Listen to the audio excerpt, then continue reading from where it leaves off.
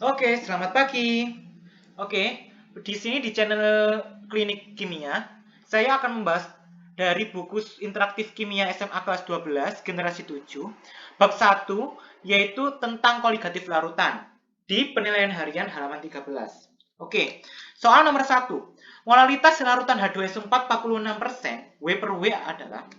Jadi kita ketahui sendiri bahwa W per W di sini itu adalah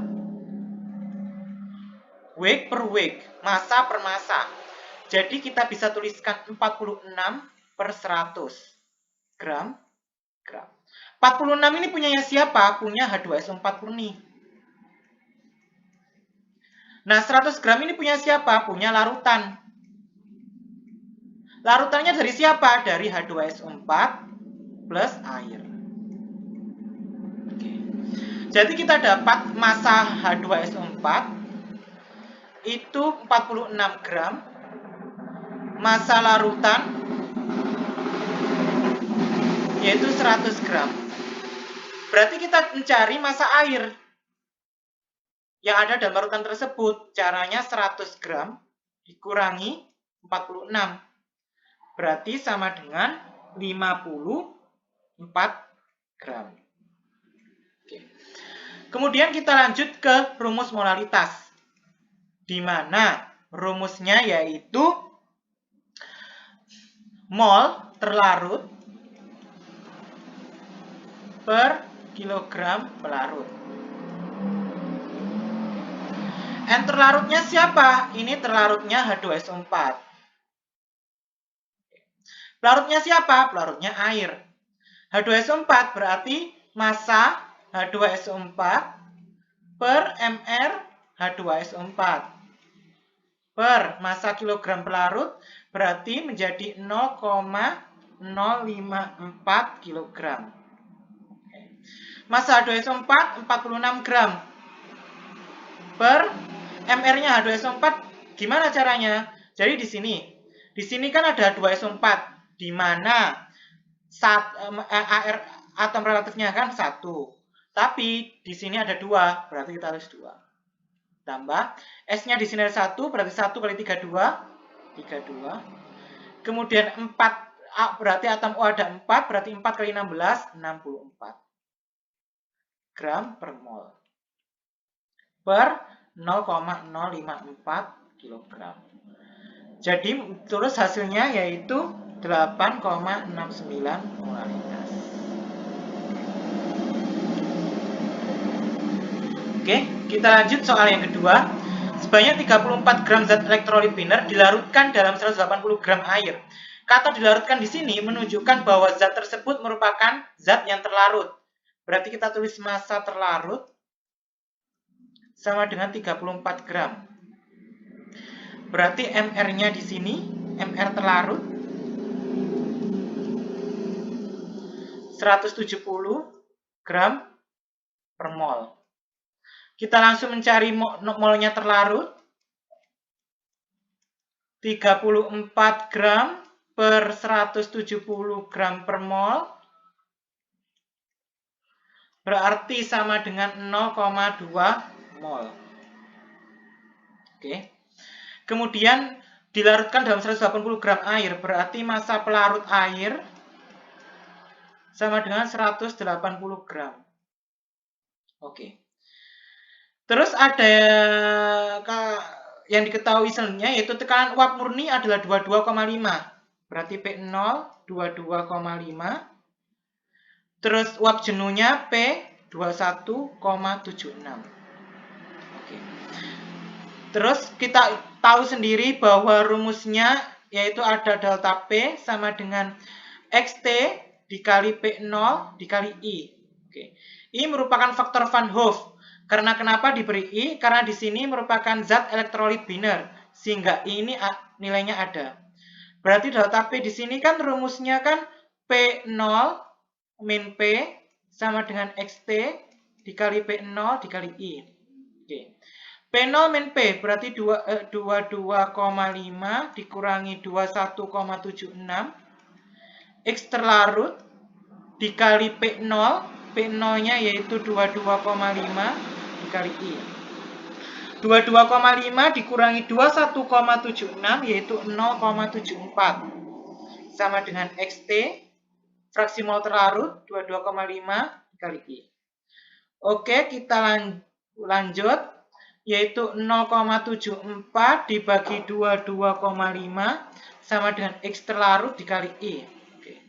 0,74 bagi 22,5 yaitu 0,03 X terlarut dikali I. Oke, kita menghitung X terlarutnya 0,03. X terlarutnya kan berarti N terlarut per N terlarut plus N pelarut dikali I. Oke. 0,03. Di sini kan massa pelarutnya kan H2O, ya kan? Karena dia kan air. Jadi MR pelarutnya yaitu 18 gram per mol. Karena dia masuk H2O.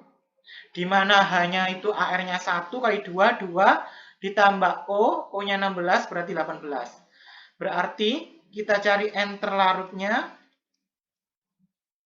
yaitu 180 gram per 18 gram per mol.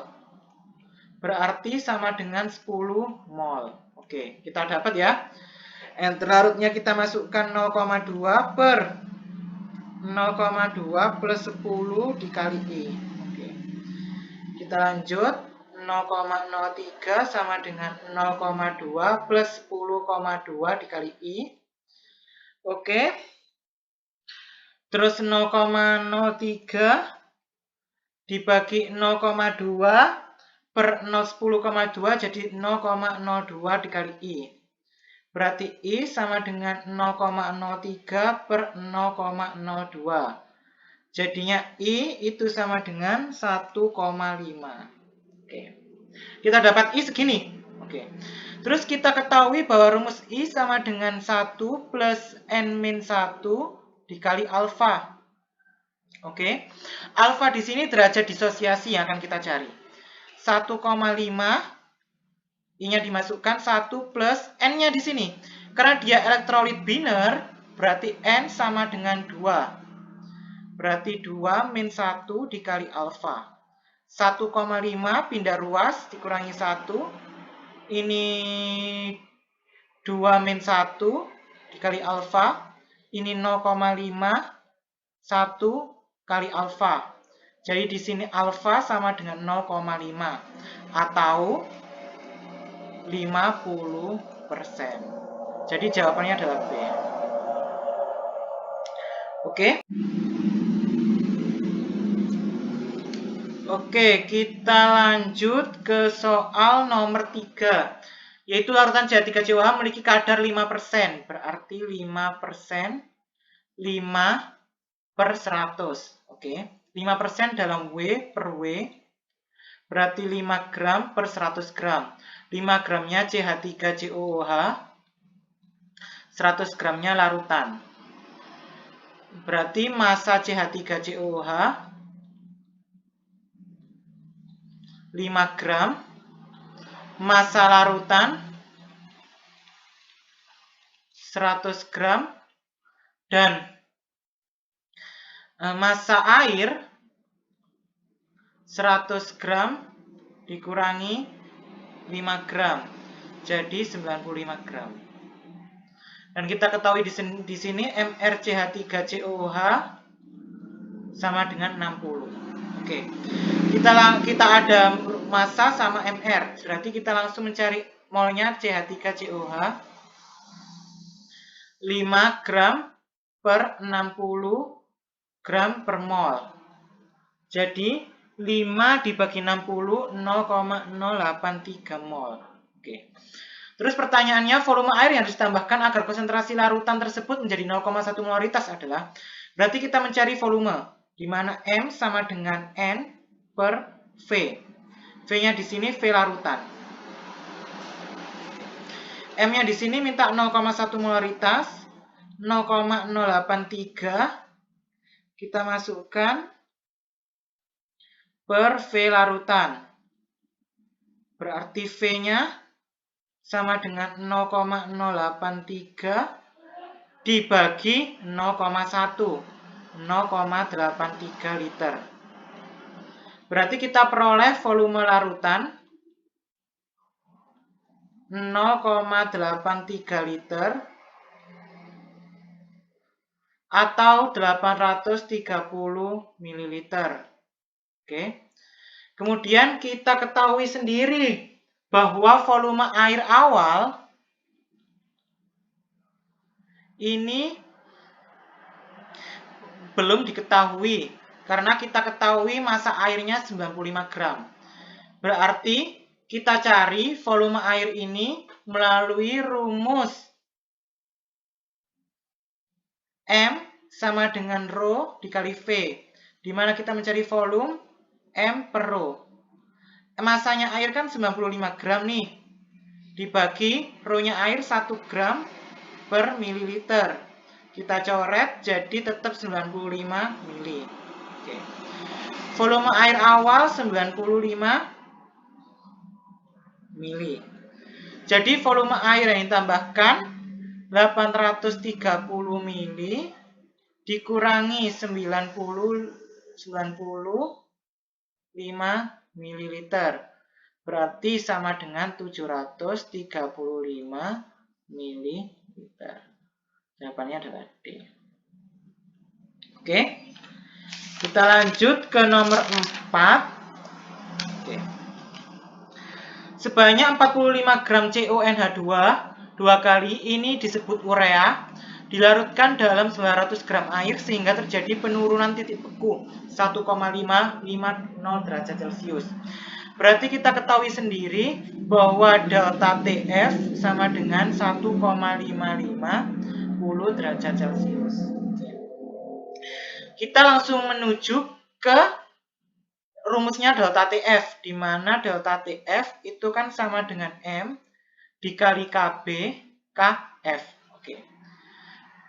Tidak dipakai I karena dia termasuk bukan zat elektrolit, tapi zat non elektrolit karena ini termasuk urea. Oke. Jadi delta TF-nya kan 1,550 derajat Celcius nih. Rumusnya molaritas berarti 45. N-nya CONH2 dua kali per kilogram pelarut dikali KF. Oke, di sini KF tidak diketahui di soal sehingga kita mencari yang namanya KF. Oke. Berarti kita cari dulu ini 1,550 derajat Celcius. N-nya berarti rumus mol kan berarti massa urea 45 gram per mR-nya urea berapa? C-nya kan ada 21, berarti 12 tambah 16. Ditambah N-nya ada 2, berarti 2 dikali 14. Terus hanya ada 4, berarti 1 dikali 4. Oke. Per pelarutnya 900 gram, kita ubah ke kilogram jadi 0,9 kilogram dikali KF. Oke. Kalau sudah kita turunkan 1,550 derajat Celcius, 45 gram per 12 tambah 16 tambah 2 kali 14 tambah 1 kali 4 diperoleh hasilnya yaitu 60 gram per mol. Oke. Per 0,9 kilogram dikali KF. Oke. 1,550 derajat Celcius 45 bagi 60 dibagi 0,9 sama dengan 0,833. Oke. 0,833 M dikali KF. Oke. Kita cari KF-nya di sini. Berarti 1,550 derajat Celcius per 0,833 M. Diperoleh hasilnya yaitu 1,86 derajat Celcius per M. Oke.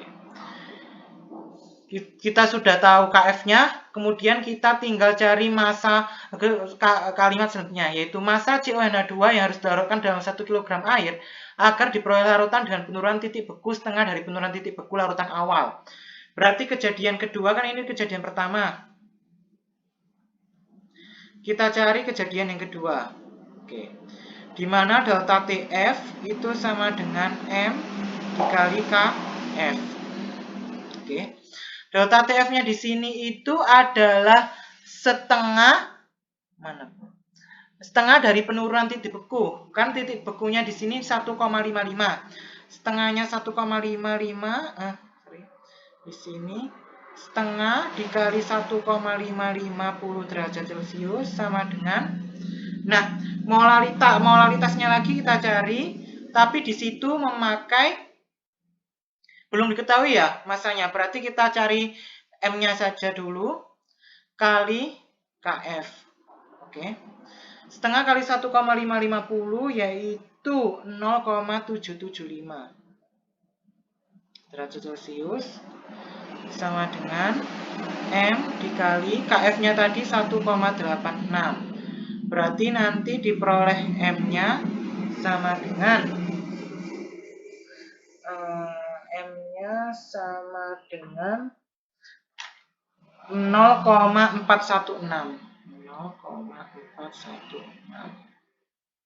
Oke. Jadi molaritas yang baru yaitu 0,416. Oke, kita cari sendiri bahwa rumus molaritas kan N terlarut, berarti molnya CONH2, berarti N CONH2 2 kali per kilogram pelarut. Di sini N-nya itu kan belum diketahui nih, berarti N CONH2 2 kali per kilogram pelarutnya kan 1,2. Karena molaritasnya yang baru sudah diketahui 0,416 sama dengan N per 1,2. Berarti N-nya sama dengan 1,2 dikali 0,416. Oke. 1,2 dikali 0,416 sama dengan 0,5. Berarti di sini sama dengan 0,5 mol. Oke. Yang ditanya yaitu massa CONH2 2 kali. Berarti kan ini molnya yang terbaru nih. Nah, kita cari di sini mol, kan rumusnya kan M per MR. Berarti massa N dikali MR. N-nya di sini 0,5, MR-nya CONH 2 kali yaitu 60. Berarti diperoleh 30. Jawabannya adalah B.